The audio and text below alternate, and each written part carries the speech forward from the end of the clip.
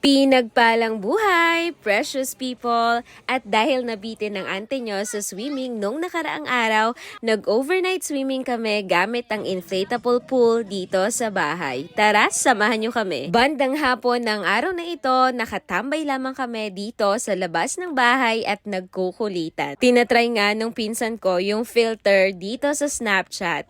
Habang nagkukulitan nga at eto, biglang nagkayayaan ang mga ante nyo na why not mag-overnight swimming dito sa bahay dahil meron naman kaming inflatable pool. At walang patumpik-tumpik pa, diretso na agad kami sa palengke. Kapag talaga biglaan, natutuloy. Kina mama at yung mga pinsan ko ang nakatoka na mag-ayos at mag-set up ng inflatable pool at kami namang tatlo kasama ko ang kapatid ko at yung tita Joy ko, kami ang namili ng mga pagkain.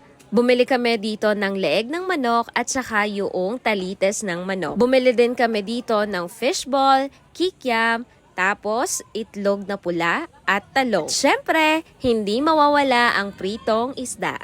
Kapag talaga meron kaming biglaan na ganap, ito yung mga tipikal na pagkain na binibili namin. At dahil nga overnight swimming ito, hindi mawawala ang boodle fight. Pagka-uwi, niluto na agad namin yung mga pinamili namin. At eto nga, nakasetup na ang ating inflatable pool. Naliligo na nga dyan si Russell at si Tristan. At eto nga, sinesetup na nila yung aming boodle fight. Kitang-kita naman kung gaano nag-e-enjoy si Tristan at si Russell dyan.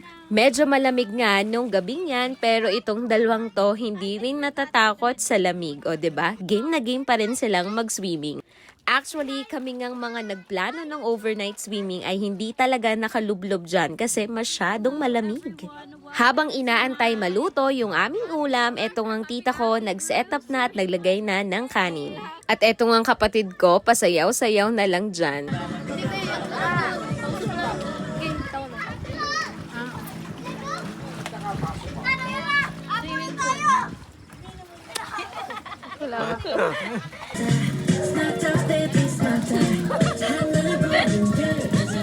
Una na nga nilang naluto yung fishball at kikiam, kaya eto, todo papak talaga sila dyan. Nung naluto na nga yung aming ulam, unti-unti na nilang inilagay yan dito sa aming boodle fight. At syempre, bago hawakan yung mga pagkain na yan, naghugas sila ng kanilang mga kamay. Pagkatapos ilagay yung pritong tilapia, eto na nga nilagay na yung ensaladang talong. Eto yung mga pagkaing pagsasaluhan namin ngayong gabi. That's it for today's vlog. Samahan niyo ulit ako sa susunod kong adventure.